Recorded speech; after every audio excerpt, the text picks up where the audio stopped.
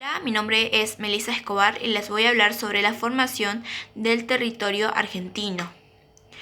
Esto se fue formando a partir de unos procesos caracterizados por marchas y contramarchas, donde la Argentina comenzó a alinearse a partir de las revoluciones y los movimientos independentistas del siglo XIX y terminó de conformarse en 1880. El territorio argentino estaba poblado por diferentes grupos indígenas, en los cuales se encontraban dispersos por todo el territorio, en las que tenían unas desigualdades por la apropiación del espacio de acuerdo con el grado de desarrollo que tenía cada uno de ellos. A fines del siglo XV y a principios del siglo XVI comenzó la conquista y la colonización de América. Los primeros en realizarlo fueron los imperios de españoles y portugueses. Luego se sumaron los imperios de Francia, Bretaña y los Países Bajos. El Imperio Español realizó una estructura administrativa y una organización territorial compuesta por virreinatos, que era una división territorial y administraba las colonias, y era gobernado por un virrey. Luego le seguían las capitanías, que tenían una función militar, los gobernadores, que se ocupaban del manejo de los recursos y las obras públicas. También se instalaban las ciudades cabildos, que era un órgano administrativo que representaba los intereses de la comunidad.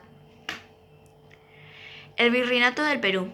Esto fue creado en el año 1535, la cual abarca parte de América Central y la gran parte de América del Sur, con su capital en Lima. El territorio argentino fue parte del Virreinato del Perú, la que se dividió en 3 jurisdicciones: la gobernación del Río de la Plata, la gobernación del Tucumán y la gobernación de Chile. La gobernación del Río de la Plata luego se dividió en gobernación del Paraguay y gobernación del Río de la Plata, cuya capital estaba en Buenos Aires. La creación del Virreinato del Río de la Plata. Esto se creó en 1776 por los Borbones, los que eran la autoridad en España, los cuales establecieron jurisdicciones nuevas en los territorios coloniales para poder controlarlos de forma más efectiva o eficiente, con su capital en Buenos Aires y con la división en 8 intendencias y 4 gobernaciones. Las intendencias tenían una función administrativa y las gobernaciones tenían una función militar de defensa. En esa época se empezó el contrabando, que se producía en los puertos más conocidos e importantes, que eran los puertos de Buenos Aires y los puertos de Montevideo. Las Provincias Unidas del Río de la Plata. Esto fue en 1808, cuando el rey Fernando VII fue capturado por el emperador francés, lo que produjo movimientos independentistas en América.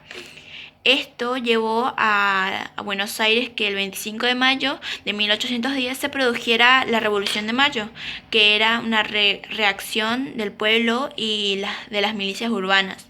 Luego se realizó el 9 de julio de 1816, se proclamó la independencia en las Provincias Unidas del Río de la Plata. Y en 1819 se redactó la Constitución, que no fue aceptada por todas las provincias. Por eso se realizó o se provocó que el litoral se enfrentara al gobierno central de Buenos Aires, que fue derrotado en la batalla de Cepeda en 1820, lo que provocó la disolución del poder central.